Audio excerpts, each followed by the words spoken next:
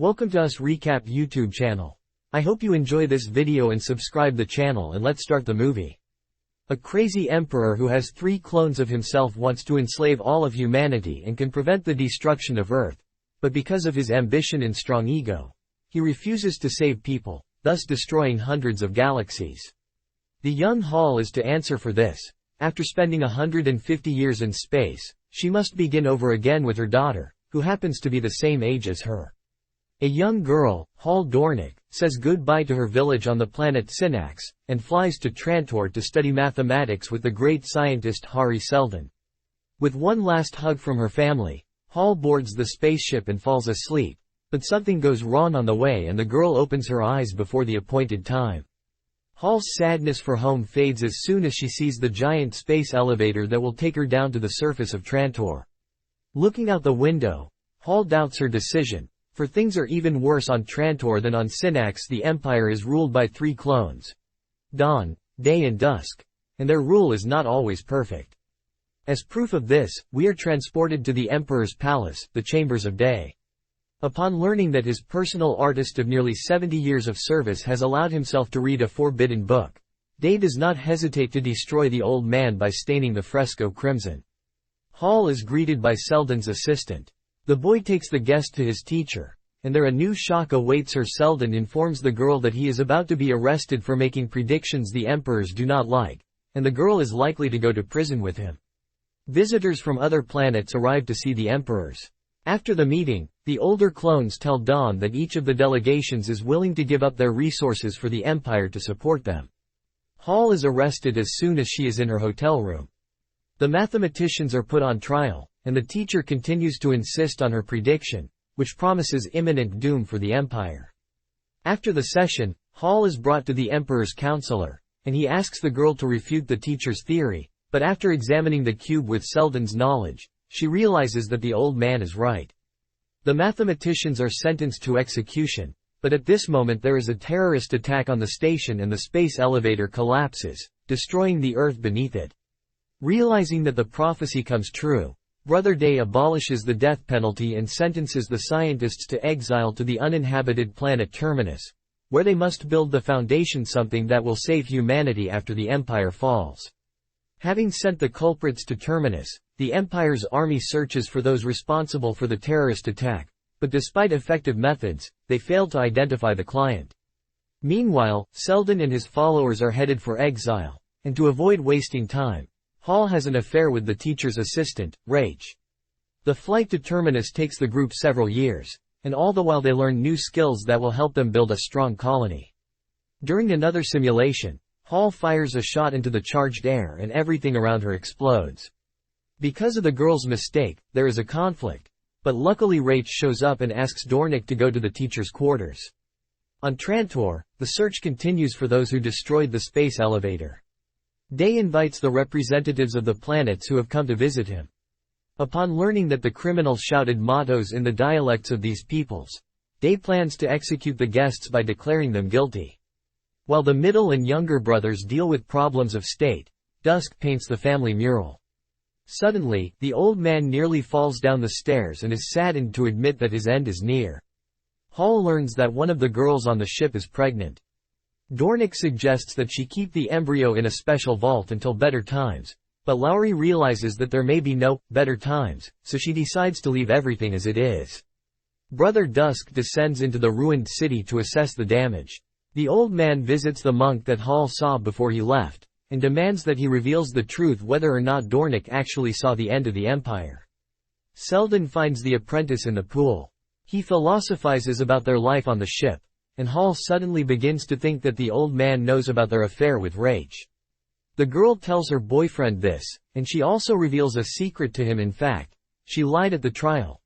The scientists' calculations are not ready and there is no plan for them to create the foundation. Brother Don watches as his governess patches up a wound she received during the show. Oding, the boy, asks her to show her true appearance, but Edo says there is nothing beautiful about it and she wants to look human so she can feel that way. The 2 eldest Emperor brothers argue about whether to believe Seldon's predictions. Dusk asks a relative to let him talk to representatives of other civilizations to see who is responsible for what is happening. The old man gets that opportunity, but it does not change anything. Dusk believes the guests, but he is not going to call off their execution. Watching his brother talk, Day guesses that Dusk is getting weaker and will soon be gone, too. Selden goes down to the laundry to get a shirt and has to answer questions from his followers. The scientist manages to impress the crowd once again, but he doesn't answer their question directly about whether everything is going according to his plan. Over lunch, Selden recalls the first time he saw Rach. The guy doesn't feel good about this conversation, and he leaves the table not wanting to remember his difficult childhood. To calm his pal down, Hall comes over. She asks her boyfriend to be patient until they arrive on Terminus, where they can start a family and have children. Turning on the Dusk simulation, the couple decides to solidify their dreams. The Emperor announces that those responsible for the tragedy have been found. The leaders of the two civilizations will be punished for the attack. In front of the gathered crowd, Brother Day executes all members of the delegation, simultaneously destroying their planets. The leaders of the civilizations are left alive and Day sends them home, deeming it the worst punishment. Swimming in the pool, Hall senses something bad. The girl runs to find her boyfriend, and finds him as he holds a knife to the teacher's chest. Without explaining anything to her friend, Rach puts her in a capsule and sends her into outer space, saying goodbye forever. 35 years pass. Scientists manage to build a repository of human knowledge, which for a long time no one but Salvor Hardin could approach because of its protective field. But now the girl comes to her senses on the ship Invictus, which is approaching Terminus after a long journey. Salvor finds Lewis, her old teacher, who gave his life for the ship to return home. The girl tries to contact the base on the planet, but no one answers, and she fears she cannot land the ship without help. In the Imperial Garden, Don's new brother is about to run away. Having learned that he has genetic features, the boy realizes that he will be replaced if this becomes known. Azura, brother Don's new girlfriend, promises to help him with this and get him everything he needs. The boy is invited to his brother Dusk's house. From his conversation with the old man, Don realizes that his secret is already known and his relatives know that his younger brother has a genetic defect of vision. Don does not have time to escape. His older brother's guardian comes for him and insists that he follow him into the main tower. To save his life, Don pushes the guard away and escapes through the underground systems. It's not easy for the boy, but by buying back an old coat from a homeless man, the boy finds out where to go next to find Azura. Meanwhile, Salvor doesn't give up trying to contact the planet, but the sensor shows that there is no activity there. Suddenly a dangerous approaching object appears on the radar and Salvor prepares to shoot it down, but the voice of Hugo, the girl's boyfriend, comes over the radio just in time. Salvor confesses to the boyfriend that she senses a force field. It has enveloped the entire planet and most likely no one could survive. The boyfriend suggests that the girlfriend fly away, but she refuses, realizing that only she can stop the force field. Hugo has no choice but to stay and help his lover. The boy goes outside to shut down all the engines of Invictus so he won't be thrown back out of the planet's orbit. Brother Don finds Azura's sector, and it seems to him that when he finds his girlfriend, all his troubles will be over. The girl is indeed very happy to see the young emperor, though not for long. In a minute a gun appears in her hand, and she tries to get rid of her ex-boyfriend. The boy fails to get away. He is surrounded on the street by an entire gang, fighting against the imperial family. Salvor finally manages to land on the planet. She discovers that all of the colony's inhabitants are indeed dead, as the Founding's protective field has covered every corner. Closest to the Foundations lies the body of Salvor's mother, with Selden's calculating cube clutched in her hand. Having taken the artifact, the girl tries to activate it, and after several attempts, she succeeds. The knowledge rises above the cube with a thin thread. Thanks to this, the house comes to life. Having thrown off its protective black layer, it opens like a golden flower and disables the protective field. At this moment, all those who lay in the streets without signs of life come to their senses. Brother Don regains consciousness and sees his clone, with whom Azura is actually building a relationship. All this time the girl has been leading him around by the nose in order to get the guy to escape from the palace and send her understudy to take his place, who will destroy the empire from within. The real Don realizes that after the procedure he will be finished, but at that moment someone invisible breaks into the headquarters and takes advantage of it to get rid of the rebels, one by one. Brother Dusk appears on the doorstep. He arrests Azura and orders a memory check on every dead man. But he is not kind to Don either. The old man calls the younger brother a fool who nearly destroyed the dynasty. Salvor is about to explore the passage through the keep, but suddenly Hugo and his men land nearby. Following that, the huntress Farah, who is not ready to make contact with either squad, appears, and her goal is to destroy the warehouse. She opens fire on the blossoming artifact and Salvor has to destroy her. A small scuffle ensues, but everyone's attention turns to the exit from the foundations from there. Hari Seldon himself emerges to the gathering. Seldon urges the nations to unite and end the feud to save mankind, but no one wants to listen to him. Then the old man turns his attention to Salvor and asks where Hall has gone, to which the colonists report that she never made it to Terminus. Brother Day visits Don, who realizes he will soon be replaced. The clones talk, but Day makes it clear that even his love for his brother will not change the overall decision. Hariseldon's hologram reads a motivational speech to the revolutionaries, urging them to fight for a better life. He suggests that the two races create a new, shared world on Terminus, joining forces and using Invictus to simulate the end of the world on the planet so that the Imperial forces will leave it alone. After giving her charges valuable advice, Seldon is about to return to the vault, but before she does, Salvor asks the old man how he managed to send a ghost to her to guide her on the right path. Surprised to hear the question, Hari assures the girl that he had nothing to do with it. The vault is sealed again and covered in a black shell. Fortunately, now the protective field doesn't make people fall. Brother Day removes Azora's shackles and invites her to walk.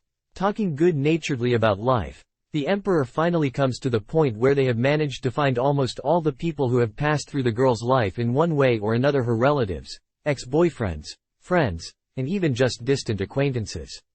Such people turned out to be more than 1,500, and at Day's signal, they are all destroyed so that Azura can continue to live with this guilt.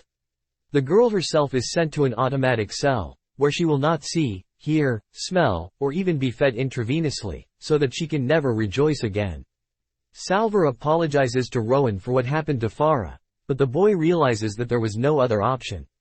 He gives the caretaker a bow as a sign of reconciliation and invites her to plant an oak tree from his planet, under which Farah will be buried. The settlers accepted the scientist's words and made peace, in the name of building a new life. Hugo is appointed captain of Invictus, who is able to repair the ship and take it to the far side, creating a mega flare to fool the Empire. After meeting her boyfriend after the mission, Salvor invites him to her cabin, but despite a great night, the girl has no way to sleep because of visions that involve Hall. Salvor heads to the vault, hoping to find answers there, and she sees a ghost girl who has been appearing before her since early childhood. Catching up with the girl fails. She jumps in and disappears, and the light from the vault does not answer difficult questions. Then Salvor goes to her mother, realizing that she is the only person who knows something. The woman has to confess that she carried and gave birth to the embryo of Hall Dornick and Rach Seldon, which means that all her visions are her parents' memories. After learning the full story, Salvor is about to go in search of her mother, who has been hovering somewhere in the 40s from Terminus for decades. Marie gives her daughter a cube of knowledge and lets her go in search of her biological parents. Hugo doesn't stop his friend, either, despite the fact that she tried to fly away secretly from him. The guy realizes that Salvor has to do it himself and the girl flies away. Edo invites Don to the ceremony, trying to upward the guy. The rejected clone prepares to say goodbye to life, but to the surprise of the crowd, Don decides to change the rules. A big fight breaks out between the older brothers and escalates into a brawl. To end it, Edo hugs the younger emperor and in one move cuts his life short. Day says goodbye to Don's body, but a new blow awaits him. The Shadow Master reports that the rebels' plan to overthrow the Empire was far more powerful than they thought. Not only was the clone they got rid of damaged, all future clones will also be altered. Upon hearing this, Day seeks to destroy the one who conceived this entire clone dynasty. Unable to forgive herself for what she had to do, Edo also breaks away and takes off her human mask, revealing her true face. 138 years later, the shuttle Hall enters Synnax space and the girl emerges from a deep sleep. Landing on the water, Dornick creates herself a lifeboat and throws over things, among which turns out to be Rach's knife, bringing back heavy memories. Hall swims to her village, but only ruins remain in its place. Suddenly the girl notices a strange glow in the depths. Jumping into the water, she finds the wreckage of a ship and a sarcophagus, from which she manages to retrieve a living man. When the found girl regains consciousness, Hall is horrified to notice their resemblance, not yet knowing that her daughter Salver is sitting in front of her. Please like, subscribe and share with your friends. Have a good day.